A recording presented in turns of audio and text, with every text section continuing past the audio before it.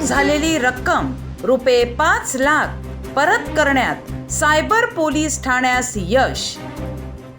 Mira Bhayandar Vasai Virar police आयुक्तालयातील Virar परिसरातील श्रीमती दलाल यांची ऑनलाईन इन्व्हेस्टमेंट दरम्यान 8,02,800 रुपयाची फसवणूक झाल्याबाबत तक्रार सायबर पोलीस ठाणे येथे प्राप्त झाली होती.